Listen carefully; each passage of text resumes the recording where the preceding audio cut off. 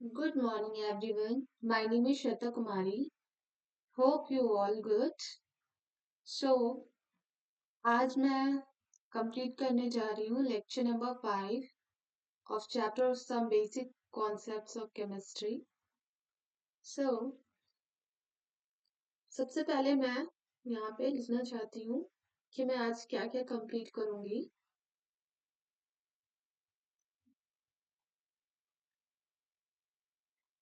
Topics of discussion.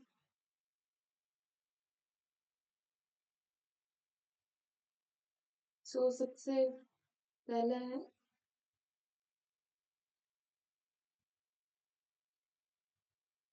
atomic mass. दूसरा है average atomic mass. तीसरा है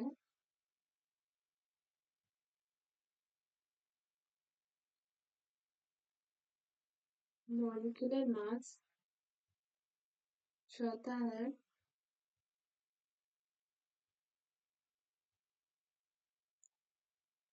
फॉर्मूला मास. पांचवा mole concept.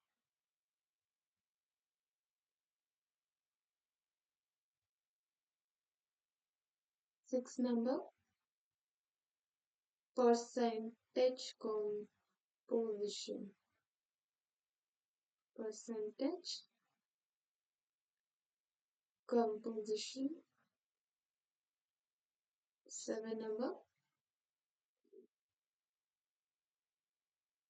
Empirical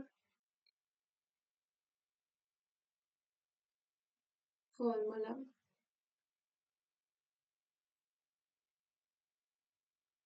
eight number molecular formula. Okay.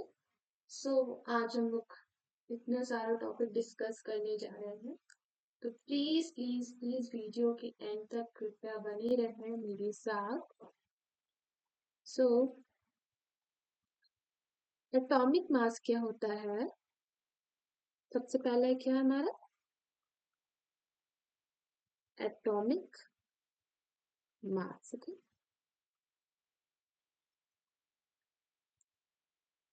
Atomic mass. सो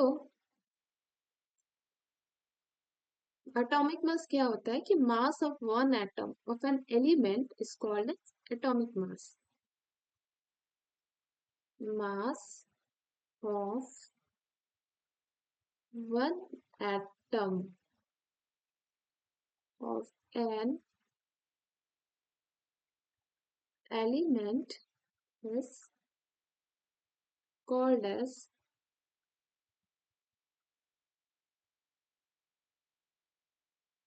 atomic mass. One atomic mass unit कितना होता है? 1 AMU बराबर होता है 1/12 मास ऑफ 12 कार्बन एटम के. Okay. Mass of 12 carbon atom के. इसको कैलकुलेट कैसे करेंगे? एक्चुअली हम लोग को रेफरेंस लेना पड़ता है कार्बन, जो आइसोटोप C12 आइसोटोप कार्बन का हम लोग को रेफरेंस लेना पड़ता है. ओके. किसी भी एटम का मास कैलकुलेट करने के लिए. ओके. तो उसके लिए चूंकि since C12 mass is equal to 12 AMU होता है. ओके. C12 का मास 12 एटॉमिक मास यूनिट होता है, इसीलिए 1 AMU किसके बराबर होगा? 1/12 weight of C12 एटम के। ओके, लाइक फॉर एग्जांपल मैं देती हूँ, जैसे एलिमेंट है आपका, लाइक ये एलिमेंट और ये मास AMU में। ओके, सारा AMU में ही होता है। ओके, लाइक हीलियम है, हाइड्रोजन है, हीलियम है, लिथियम है, बेरिलियम है, बोरोन है। तो इसका होगा 1 4, लिथियम का 7, बेरिलियम का 9 and so on. Okay, and so on. So तो इससे हम लोग एटॉमिक मास को और दूसरे वे में इस तरह से भी लिख सकते हैं कि the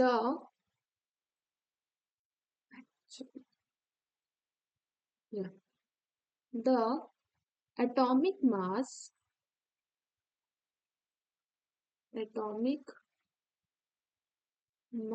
of an element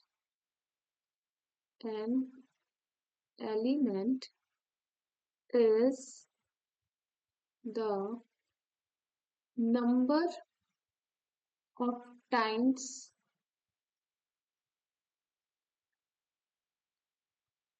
an atom of that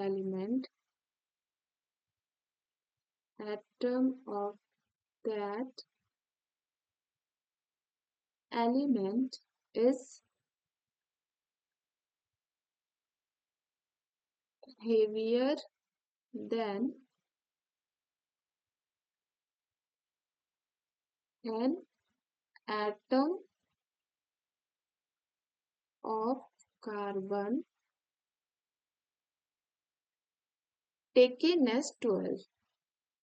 कितना लिए हैं? 12, C12।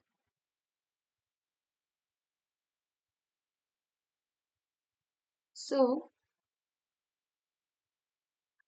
एक्चुअली नोट करने वाली ये बात है कि the atomic mass obtained above are the relative atomic masses, not the actual mass। क्या है relative atomic mass? Actual mass नहीं हो, मतलब रेफरेंस लेकर हम लोग किसी भी एटम का एटॉमिक मास निकालते हैं C12 आइसोटोप लेके। ओके, सो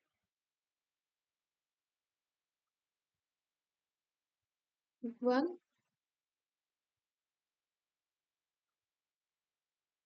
एटॉमिक मास यूनिट कितना होता है? Is equal to 1/12 of the mass of an atom of carbon। mass an atom of carbon 12 isotope।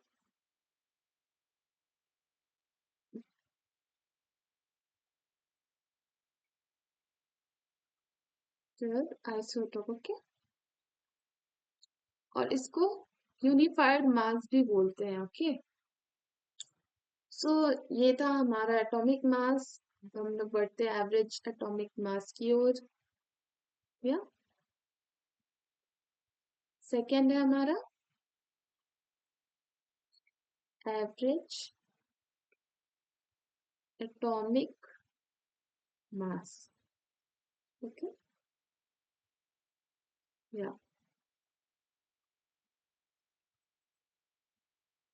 Simply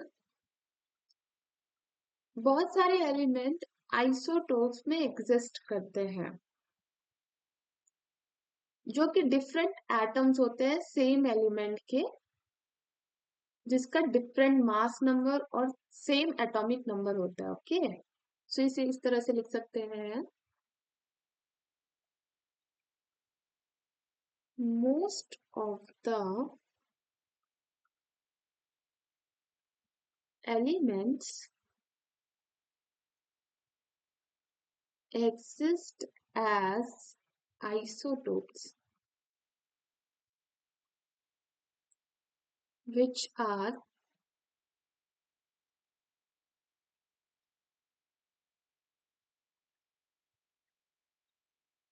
different atoms of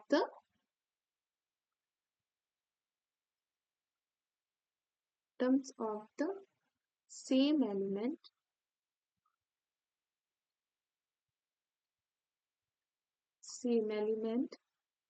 with different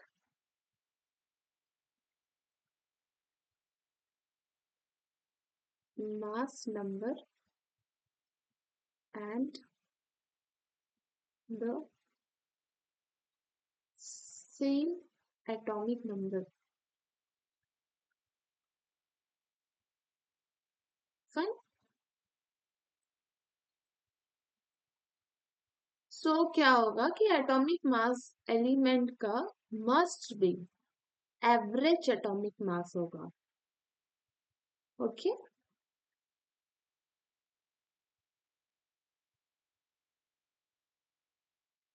Therefore,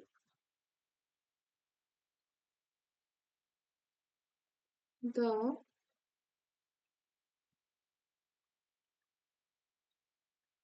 atomic mass of an element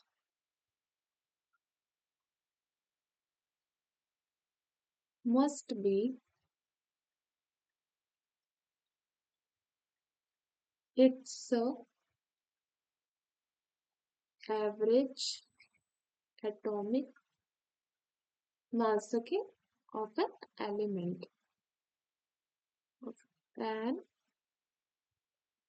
element.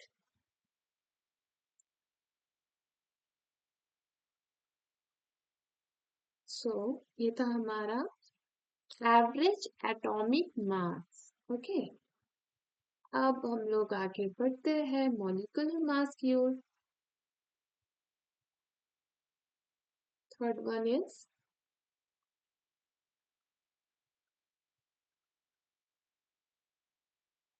molecular mass. Okay. Yeah. So molecular mass simply क्या होता है? Like मैं एक example लेती हूँ CH4. Okay. So carbon का मास कितना होता है? 12. Okay. Like 12 approx average 0.011 unit unified mass. Okay. और 4 है तो 4 इंटू ये कितना होता है हाइड्रोजन 1.00. ओके. सो इसको अगर कैलकुलेट करेंगे हम लोग तो ये आएगा 16.043 के बराबर. ठीक है. तो यही हमारा मॉलिक्यूलर मास हो गया. ओके. यही हमारा मॉलिक्यूलर मास हो गया कि इसे इस तरह से डिफाइन करेंगे हम लोग कि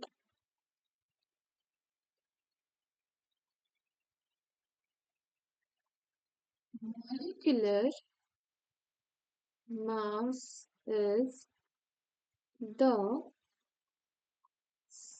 sum of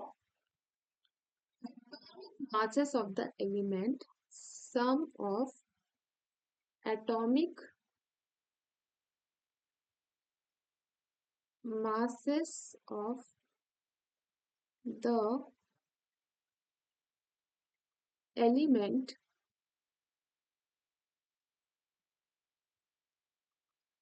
present in a molecule.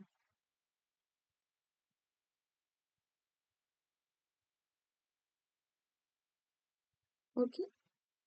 Obtained कैसे होता है? By multiplying the atomic mass of each element by number of its atoms and adding them together. Okay. जैसे मैंने यहाँ पे किया. Okay. multiplying the number of atomic masses of each element by number of its atom and adding them together. Okay, मैंने multiply किया, उसके बाद add किया और फिर हमारा निकल के आया मॉलिक्यूलर मास. ओके, अब हम चलते हैं हमारे नेक्स्ट टॉपिक पे जिसका नाम है formula mass. Okay,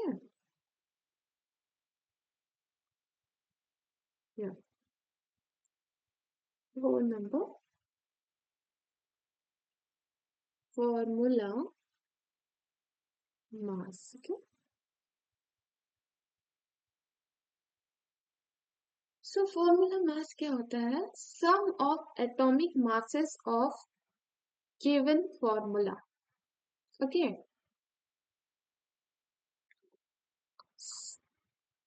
sum of atomic masses of given formula. Okay, like आपका जैसे मैं बात करूं सोडियम क्लोराइड की ना, तो जैसे कि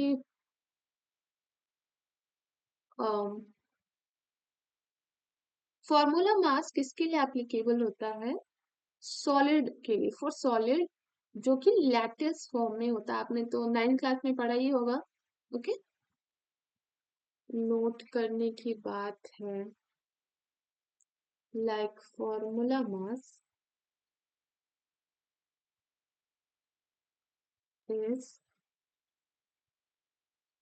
applicable for solid which is in lattice form. Lattice form कैसे? लाइक आपका जैसे सोडियम 6 क्लोरीन से घिरा होता है, क्लोरीन 6 सोडियम से घिरा होता है. लैटिस स्ट्रक्चर अगर आप सोडियम क्लोराइड का देखें तो क्या होगा? उसका रेशियो क्या हो जाएगा? सोडियम क्लोराइड का रेशियो 6 का क्लोरीन और 6 सोडियम से दोनों घिरा होता है, तो इसका 6 1:1 हो जाएगा. तो इसी में इसका फॉर्मूला मास निकल जाएगा. सिंपली लाइक सोडियम क्लोराइड का क्या निकलेगा?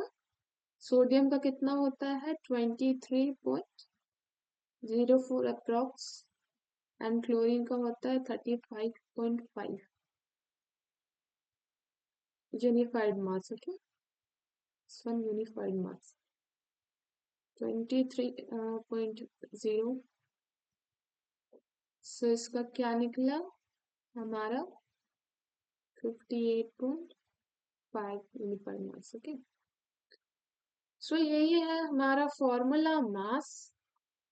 आप इसको इस तरह से भी लिख सकते हैं, डिफाइन कर सकते हैं कि ionic compound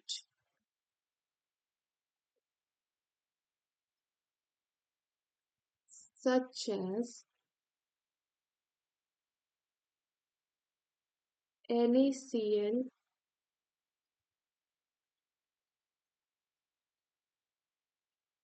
NaCl, potassium nitrate, sodium carbonate,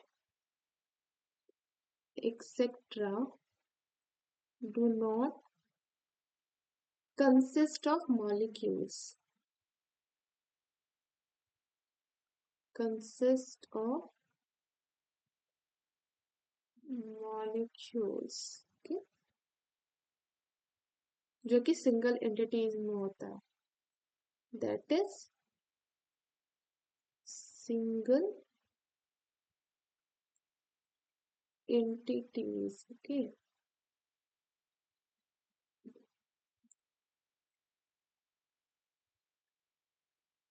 single entities,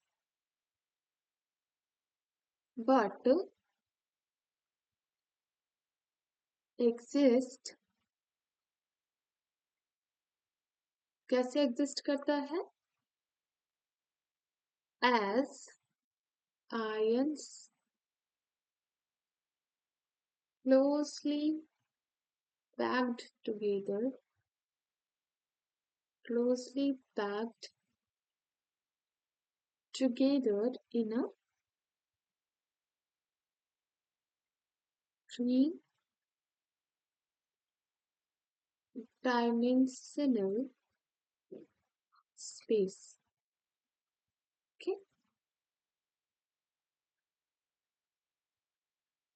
three dimensional space में क्लोजली पैक्ड होता है एक साथ. ओके, अब हम आगे बढ़ते हैं मोल कॉन्सेप्ट की ओर, जो कि बहुत इम्पोर्टेंट टॉपिक है इस चैप्टर का. Okay, mole concept. ओके, सो मोल क्या है कि कनेक्टिविटी बनाता है. ठीक है, किसके किसके बीच में?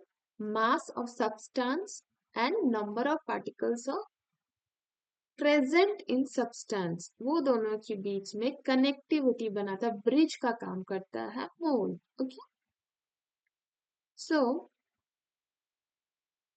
जैसे कि मोल कॉन्सेप्ट में कनेक्टिविटी बनाता है किसके किसके बीच में? मास ऑफ द सब्सटेंस और number of particles present in the substance. Okay, present in the substance. इसके बीच में mass of the substance, substance का मास और जो सब्सटेंस में पार्टिकल्स है, कितने पार्टिकल्स हैं उसके बीच में. ओके, वो दोनों के बीच में कनेक्टिविटी बनाता है. ओके, तो मास ऑफ द सब्सटेंस में कौन substance? Pure substance. Pure substance में कौन कौन सा? लाइक दो होते हैं ना, हमने चार्ट में पढ़ा था, element and compound. Element and compound. Okay, so element के अंदर कौन से सब्सटेंस आते हैं? एटम आते हैं ना, तो इसमें हो गया हमारा एटम, और कंपाउंड में मॉलिक्यूल. ओके, सो इसका हो गया एटॉमिक मास,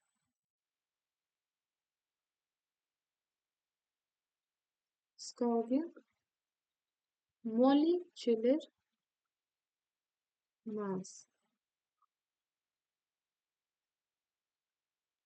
एटम से मिलके बनते हैं एलिमेंट, मॉलिक्यूल से बन के मिलते हैं compound.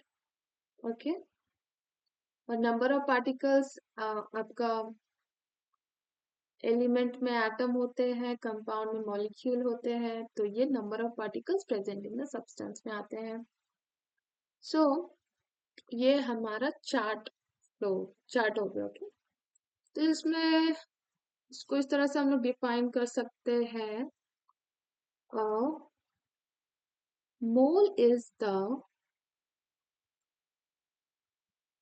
amount of a substance that contains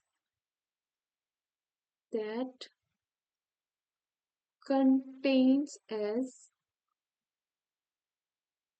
many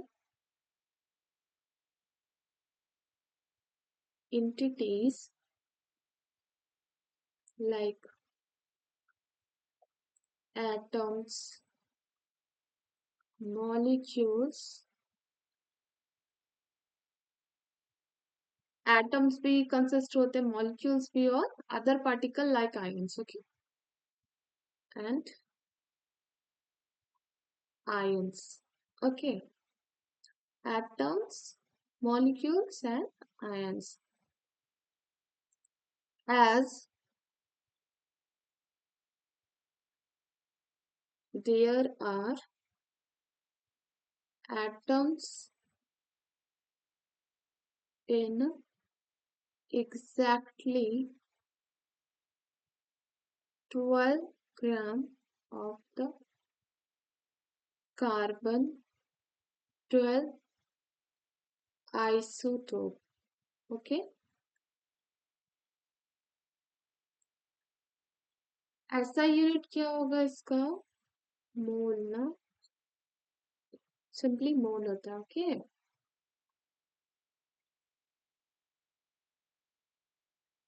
या इसको इस तरह से भी हम लोग डिफाइन कर सकते हैं.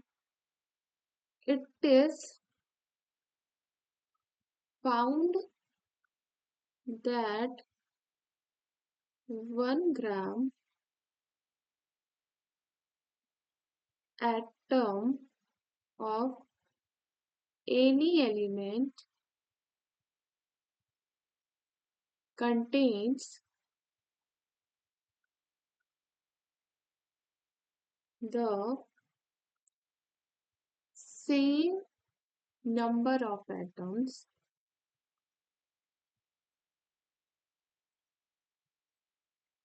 and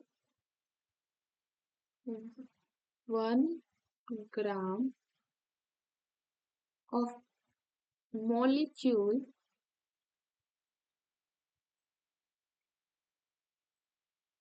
of any substance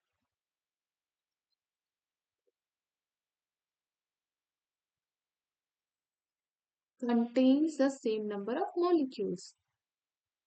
Okay, contains the same number of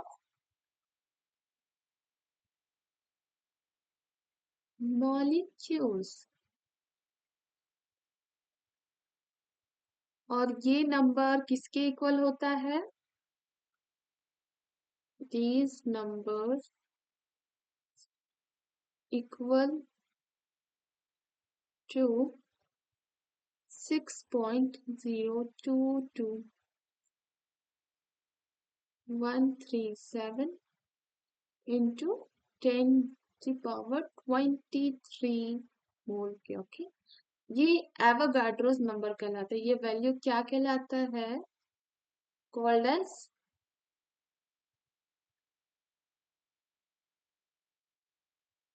Avogadro's number. Okay, ये बहुत बहुत बार इस चैप्टर में यूज होता है. सो एवोगाड्रोस नंबर को हम लोग Na से रिप्रेजेंट करते हैं. Okay, fine. तो ये हमारा मोल कॉन्सेप्ट खत्म होता है. अब हम आते हैं टॉपिक नंबर 6 में, परसेंटेज कॉम्पोजिशन.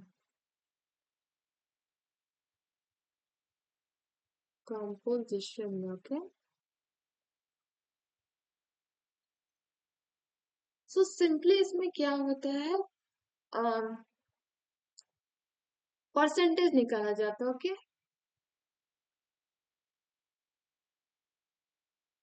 लाइक मैं इसमें ये कैलकुलेट करती हूँ H2O.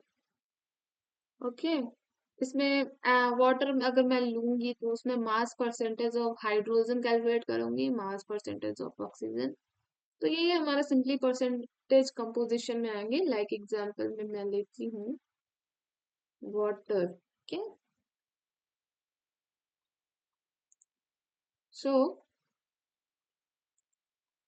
पहले तो मैं mass percentage of an element क्या होता है, ओके, कैसे निकालते हैं उसे? तो mass of that element in the compound, element compound का उस एलिमेंट का. ओके, और डिवाइडेड बाय कंपाउंड मैं शॉर्टकट में लिखी हूँ कि molar mass of the compound,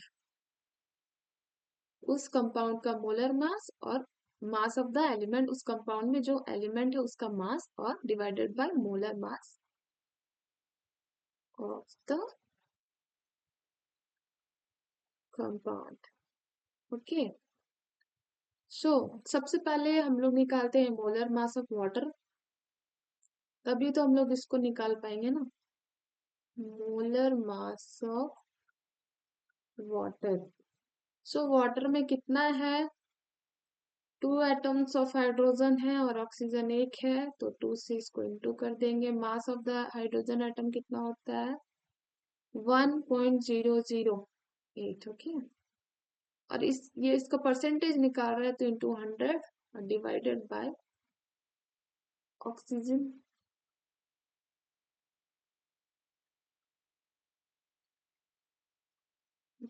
sorry,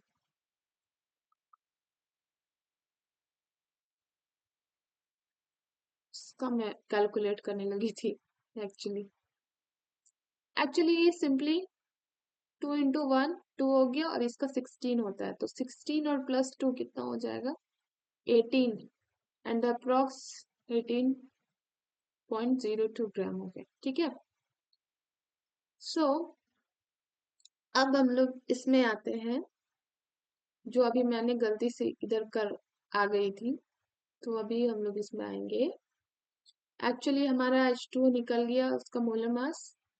सो अब आते हैं मास परसेंटेज ऑफ हाइड्रोजन में। हाइड्रोजन कैसे निकलेगा हमारा, हाइड्रोजन हमारा कितना है, 2 है ना। सो 2 इंटू हाइड्रोजन का मास 1.008 हो गया, और हमारा मोलर मास कितना निकला, divided by molar mass of the compound, the mass of the element and molar of mass of the compound 18.02। तो ये हम और इसको हम लोग एक्चुअली परसेंटेज निकाल रहे हैं, तो 100 से मल्टीप्लाई कर देंगे, जो निकलेगा वो हम लोग लिख देंगे। ओके, फिर मास परसेंटेज ऑफ ऑक्सीजन निकालेंगे, तो कैसे निकलेगा ये, ऑक्सीजन का कितना होता है, 16, mass of the element in the compound, और फिर क्या हो गया, यहाँ पे हमने 100 लगाना भूल गई थी मैं। ओके, क्योंकि परसेंटेज निकाल रहे तो 100 से मल्टीप्लाई करना होगा। 16 बाय मोलर मास कितना हो गया, 18.02 कंपाउंड का ना, इंटू 100, तो ये हमारा हो गया परसेंटेज कंपोजिशन, इस तरह से निकलेगा। ओके, अब हम आते हैं, हमारा 7 है ना, या 7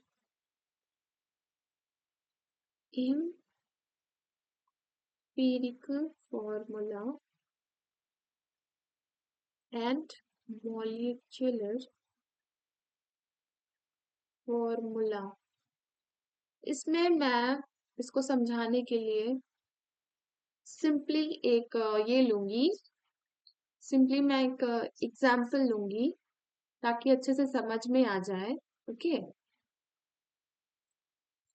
एग्जाम्पल से क्या होता है कि कुछ भी चीजें हमें जल्दी समझ में आती है। ओके, सो मैं इसके एग्जाम्पल लेना चाहूंगी।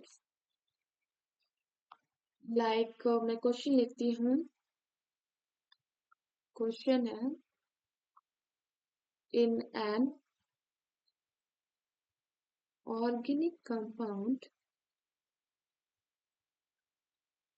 जिसमें ऑर्गेनिक कंपाउंड में 40% हमारा कार्बन है, 6.6% हमारा हाइड्रोजन है, and rest is oxygen. Rest part क्या है हमारा? ऑक्सीजन है। इसका वेपर डेंसिटी है, वेपर डेंसिटी आपका, vapour density 30। Okay, so calculate empirical and molecular formula. Calculate empirical and molecular formula. Okay, इसे कैलकुलेट करना है तो सिंपली हम लोग पहले चार्ट एक बनाएंगे। Let me change the colour, जिसपे फर्स्ट है हमारा एलिमेंट, ताकि ये अच्छे से आप लोग को समझ में आए चार्ट से। ओके, फिर उसका परसेंटेज देखेंगे, फिर इसका एटॉमिक मास देखेंगे, एटॉमिक मास। ओके, फिर इसका रिलेटिव मास देखेंगे और एटम्स को, ऑफ एटम्स। ओके, फिर इसका सिंपलेस्ट रेशियो देखेंगे। Okay, simplest ratio. चलिए तब हम लोग आगे बढ़ते हैं। सो एलिमेंट में क्या क्या है? कार्बन है, हाइड्रोजन है और ऑक्सीजन है। कार्बन हमारा परसेंटेज वाइज कितना दिया है? 40 दिया हुआ है। हाइड्रोजन 6.6 दिया हुआ, तो फाइनली हम लोग को ऑक्सीजन निकालना पड़ेगा। तो ऑलराउंडर हमें ऑक्सीजन, ये दोनों को जोड़ देंगे और 100 से माइनस कर देंगे तो हम लोग का रेस्ट ऑक्सीजन निकल जाएगा। ओके, तो 100 में से कितना माइनस करना? 40 प्लस 6.66। ओके, ये दोनों को पहले ऐड कर लेंगे तो ये हमारा 46 हो गया। ओके, और इसमें से 100 माइनस करेंगे तो क्या निकल गया? 46 में ये हमारा 53, इतना हमारा ऑक्सीजन निकल गया। तो ऑक्सीजन में हम लोग यहाँ लिख लेंगे परसेंटेज में। ओके, सबका एटॉमिक मास लिखेंगे। कार्बन का कितना होता है? 12 होता है। हाइड्रोजन का होता है 1.008। ऑक्सीजन का 16 होता है। ओके, सो रिलेटिव मास कैसे निकलता है? परसेंटेज को एटॉमिक मास से डिवाइड करने पे हम लोग को इसका रिलेटिव मास निकल जाता है। ओके, तो आप लोग इसको डिवाइड करोगे तो वो इतना आएगा। फिर एज इट इज जैसे इसे किया वैसे ये करना है हमें। सो 6.66 डिवाइडेड बाय 0.008, तो ये हमारा अप्रोक्सीमेटली 6.5 आएगा। और एज इट इज हमें ऑक्सीजन का भी निकालना होगा। 16 3 48। सो ये हमारा आ गया रिलेटिव रेशियो मास। तो इसमें पहले देखेंगे कि एवरेज कौन सा है। एवरेज है 3.3 ना, तो हम लोग सबको 3.3 से डिवाइड कर देंगे, तभी हम हमारा सिंपलेस्ट रेशियो निकल जाएगा as a whole number. So 3.3 divided by 3.3, क्योंकि यहाँ 3.3 है और यहाँ पे 6.5 है डिवाइडेड बाई 3.3, यहाँ पे भी 3.3 डिवाइडेड बाई 3, 1 2 1। ये हमारा सिंपलेस्ट होल नंबर रेशियो आ गया है। तब हम लोग इंपेरिकल फॉर्मूला फटाफट निकालते हैं। Empirical formula. सो आप लोगों ने देखा ना कि एम्पेरिकल फॉर्मूला ऐसे ही होता है। लाइक कितने अमाउंट में हाइड्रोजन है, कार्बन है, ऑक्सीजन है। ओके, सिंपलेस्ट होल रेशियो में उसे लिखा जाता है। सो कार्बन, हाइड्रोजन और ऑक्सीजन था हमारा। तो सिंपलेस्ट होल रेशियो में आप अगर देखेंगे तो कार्बन 1 है, हाइड्रोजन 2 है, ऑक्सीजन 1 है। तो कार्बन 1, हाइड्रोजन 2, ऑक्सीजन 1। और हम लोग इसको इस तरह से भी लिख सकते हैं। तो ये हमारा हो गया एम्पेरिकल फॉर्मूला निकल गया। सो इम्पेरिकल फॉर्मूला मास कितना हो जाएगा? 12 है का? ओके, तो हाइड्रोजन कितना है? 2 है ना, 2 × 1 प्लस ऑक्सीजन कितना है? 16। तो मास कितना निकल के आया हमारा? 30। 30। ओके, अब हम लोग मॉलिक्यूलर मास निकालते हैं। तो मॉलिक्यूलर मास निकालने के लिए क्या होता है हमारा? वेपर डेंसिटी दिया हुआ है 30, उसको 2 से मल्टीप्लाई करना होता है वेपर डेंसिटी को, ठीक है। तो 2 × 30 = 60 हो गया हमारा, निकल गया, ठीक है। सो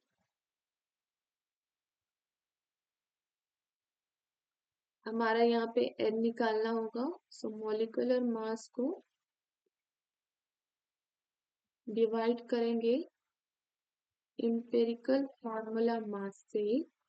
तो ये हमारा 60, हमारा 30 है, तो 60/30 = 2, या सो हमारा इस तरह से मॉलिक्यूलर फॉर्मूला भी निकल जाएगा। मॉलिक्यूलर फॉर्मूला 10, मॉलिक्यूलर फॉर्मूला कितना हो जाएगा? मॉलिक्यूलर फॉर्मूला क्या होता है? Empirical formula into n. Okay, empirical formula into n हमारा मॉलिक्यूलर। इंपेरिकल फॉर्मूला कितना है हमारा? CH2O है, एन कितना है? 2 आया है, तो 2 से सबको इंटू कर देंगे, तो C2H4O2, ये हमारा मॉलिक्यूलर फॉर्मूला निकल गया। तो आप इससे समझ पाए होंगे कि आपका इंपेरिकल और मॉलिक्यूलर फॉर्मूला क्या होता है। ओके, सो सिंपली यही हमारा इंपेरिकल और मॉलिक्यूलर फॉर्मूला आपको एग्जांपल से अच्छे से समझ में आ गया होगा। तो फाइनली आप इससे आप डिफाइन भी कर सकोगे अच्छे से। तो आज के लिए हमारा इतना ही था। सो नेक्स्ट हम लोग नेक्स्ट लेक्चर पे डिस्कस करेंगे हमारा। नेक्स्ट लेक्चर पे क्या होगा? स्टोइकियोमेट्री। ओके, फिर मोलैरिटी, मोलैलिटी, ये सब नेक्स्ट लेक्चर पे होगा। सो आज के लिए थैंक यू सो मच।